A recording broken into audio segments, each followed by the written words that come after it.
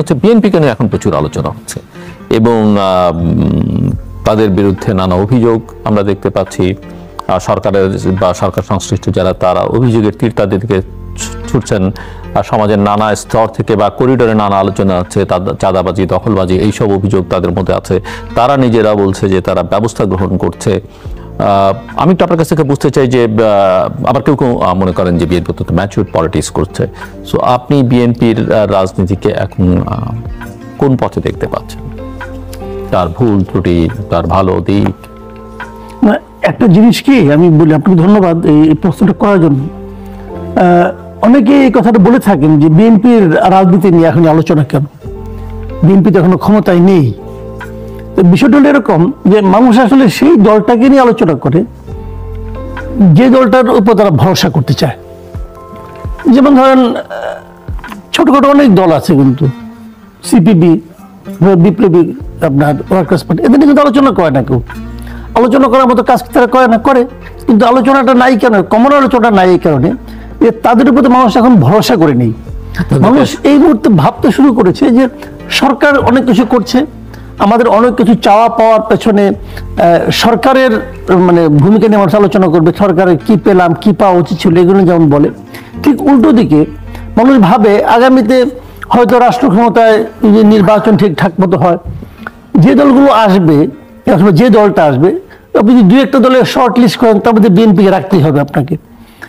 BNP এখন একটা গুরুত্বপূর্ণ বিষয়। এই জন্য বিএনপি কি করছে অথবা বিএনপি কি করতে পারে এগুলো নিয়ে কিন্তু মানুষ চিন্তা করে।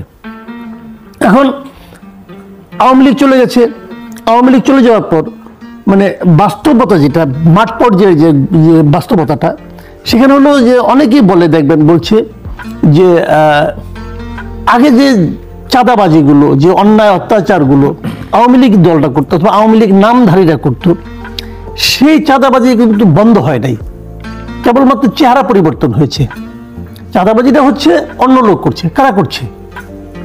আমি নিজেই আমার চ্যানেলের এর মধ্যে একটা আপনার এই ধরনের জরিপ দিয়েছিলাম যে এটা কারা করছে, এটা কি বিএনপি অথবা বিএনপির অনুসারীরা করছে, বিএনপি নামধারীরা করছে, নাকি আওয়ামী লীগ করছে, না জামাত করছে। সেখানে আমি দেখেছি 87% লোক বলছে এটা বিএনপি লোকজন করছে। অনলাইন জরিপ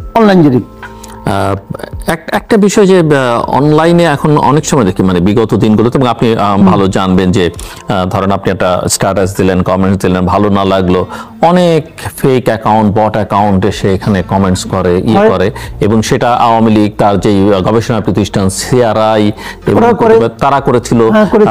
শিবিরের বিরুদ্ধে, জামাতের বিরুদ্ধে অভিযোগ আছে, বিএনপির বিরুদ্ধে খানিকটা কিছু অভিযোগ আছে, সেগুলোর কোনো প্রভাব আছে কিনা? ওকে, আমি এখানে এই ধরনের একটা প্রভাবের কথা মাথায় রাখি। একটা আলোচনা অনেকেই করছেন যে বিএনপিকে একটু আন্ডারমাইন করবার জন্য বিএনপির একদা মিত্ররাই প্রচার প্রপাগান্ডা অনেক বেশি চালাচ্ছে। সেটা খুবই হচ্ছে, সেটাও হচ্ছে, এবং তারাই বেশি প্রভাব বিস্তার করছে। তারা মানুষের মধ্যে এই ধরনের একটা ধারণা ছড়িয়ে দিচ্ছে যে বিএনপির আদাবাজি করছে, আওয়ামী লীগ তো করেই গেছে, এখন তো আমরা ছাড়া কোনো শক্তি নেই। এটাও হচ্ছে। আমি সবকিছুকে মাথায় রেখেও বলছি যে এখানে এরর থাকবে, আমি তাও রাখছি এররগুলো। তারপরেও আমি বলছি যে এই ফিগারটা যদি 50 আপে হয়ে যায় সেটাও কিন্তু ইভেন ইফ ইট ইজ 25-30 তাও অ্যালার্মিং, তবে অ্যালার্মিং। আমি সেটাই বলছি। এখন প্রশ্ন হচ্ছে যদি অ্যালার্মিং নাই হতো তাহলে বিএনপির কেন্দ্রীয় নেতৃত্ব কিন্তু তাদের ব্যাপারে বারবার সাবধান করতো না। তারেক রহমানকে আমি বারবার শুনেছি, উনি বলেছে এদের সম্বন্ধে সাবধান হন, এবং এদেরকে নাম জানা মাত্র তাদেরকে উনি বহিষ্কার করতেছেন। কেন করতেছেন? কিছু ঘটছে বলেই তো করছেন। আচ্ছা, কিন্তু প্রশ্নটা হচ্ছে যে উনি এই যে কাজগুলি করছেন এর কোনো ইতিবাচক প্রভাব কি মানে প্রত্যন্ত অঞ্চলে পড়ছে কিনা? আনফরচুনেট অ্যান্সার হলো না, পড়ছে না। তারা শুনছে না এদের কথা। এই কারণে শুনছে না যে একটা জিনিস দেখেন, বিএনপি যে সমস্ত ব্যবস্থা নিয়েছে আমি মনে করি ভালো ব্যবস্থা। কোনো কোনো জায়গায় এমনও হয়েছে নিজের লোকের বিরুদ্ধে তারা মামলা করেছে, মামলা করে তারা ধরিয়ে দিয়েছে। এটা অনেক বড় একটা ঘটনা। তো বাংলাদেশে এই ধরনের ঘটনা তো সাধারণত হয় না, কিন্তু তারা করেছে। কিন্তু তারপরেও হচ্ছে না কেন? তারপরেও মাঠ পর্যায়ে থেকে আমি ইতিবাচক খবর পাচ্ছি না কেন? এর কারণটা আমি বলি। এর কারণটা হলো কি, উনি বলছেন, কিন্তু ওনারা কি বলছেন? এই উনি এবং ওনাদের মধ্যে যে দূরত্বটা, এটি হলো মূল সমস্যাটা এখানে হচ্ছে। বাংলাদেশে একটা রাজনীতি কিন্তু অনেক আগে থেকে চলে আসছে, সেটা হলো দলের মধ্যে দল, যে তুমি আওয়ামী লীগ করো অথবা তুমি বিএনপি করো, তুমি কোন ভাইয়ের সঙ্গে আছো, মানে কোন ভাই তোমার মানে গার্জিয়ান।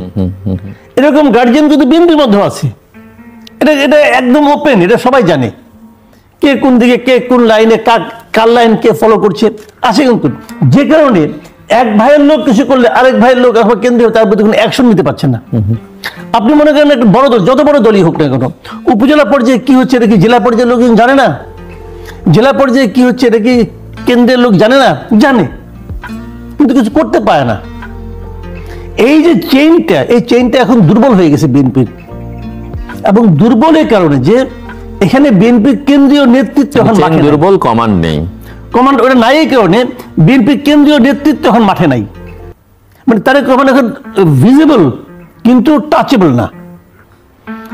ওনাকে আমি দূরের থেকে দেখি, কিন্তু ওনাকে আমি স্পর্শ করতে পারি না, উনি আমার স্পর্শের দূরত্বে নেই। কিন্তু দলের মধ্যে এটা কিন্তু একটা মানে গত যখন আওয়ামী লীগ আমলে উনি যতটুকু প্রভাব বিস্তার করতেন তার দলের লোকের মধ্যে, এখন ঠিক ততটুকুই করেন। কিন্তু তা কেন করবেন? এটা তো আর বেশি করা মানে প্রয়োজন ছিল। সেই জায়গাটাতে আমি মনে করি একটু দুর্বলতাটা আছে, এবং আলোচনাটা বিএনপিকে নিয়েই হবে, আগামীতে আরো বেশি বেশি হবে। আমি মনে করি, আমি যদিও আমি নিজে বিএনপির সমর্থকও না, বিএনপি করিও না, তারপরে আমি মনে করি সাধারণ মানুষের দৃষ্টিকোণ থেকে, কারণ আমাদের হাতে ভরসার দল কিন্তু খুব বেশি নাই। আমরা কিন্তু কয়েকটা দলকে নিয়ে আমাদের ভবিষ্যৎ চিন্তা করতেছি, আমাদের ভবিষ্যৎ কার হাতে থাকবে। তো আমি এখানে আশা করি, আমি প্রত্যাশা করি যে উনি দ্রুত দেশে আসবেন, এবং উনি আর কিছু না, উনি যদি খালি পুরো দেশটাকে একবার ঘুরে আসেন, ওনাকে মিটিং করতে হবে না ভাই, আপনি খালি ঘুরে আসেন, দেশের প্রত্যেকটা উপজেলা এখানে ঘুরে আসেন, আপনি কিছু চাইতেও হবে না, আপনি দেখবেন সিচুয়েশন চেঞ্জ হয়ে গেছে। দলের ওই সমস্ত ধান্দাবাজ তখন দৌড়ে পালাবে, তারা ভাববে যে না আয়সা পড়ছে, আমার দল চলে আসছে। এখন তো মানে ওই মানে আওয়ামী লীগ আমলে যে দলের যে অবস্থা, এখন তো সেই অবস্থায় আছে, কিন্তু সেই অবস্থার অবসান হওয়া দরকার। বলছেন he is the party, certainly he is the party. একটা গোষ্ঠী 111-এর কথা, তারা রাজনীতির জায়গাটা দখল করে নিতে চাইছে। আজকের দিনেও কি সেরকম কোনো প্রয়াস আপনি দেখতে পান? মানে অরাজনৈতিক শক্তি বা কোন একটা শক্তির রাজনৈতিক শক্তি হিসেবে ক্ষমতাকে ব্যবহার করে উঠে আসবার আকাঙ্ক্ষা বা চেষ্টা? সেটা না সেভাবে দৃশ্যমান নয়, কিছু যে প্রক্রিয়া থাকবে। যেমন আমি যদি ওভাবে ধরি, এখন যারা রাষ্ট্র ক্ষমতায় আছেন তারাই তো অরাজনৈতিক শক্তি, তারা তো কোনো রাজনৈতিক শক্তি নন। আবার এদের সহযোগিতায় যারা সমাজে মানে দাপিয়ে বেড়াচ্ছেন, বিভিন্ন জায়গায় তারা বড় বড় কথা বলছেন, এবং বিপ্লবের মূল চালিকা শক্তি হিসেবে নেতৃত্বের দাবিদার যারা আছেন, তারাও তো রাজনৈতিক শক্তি নয়। মাঝে মাঝে তারা বলেন যে তারা রাজনৈতিক দল করবেন,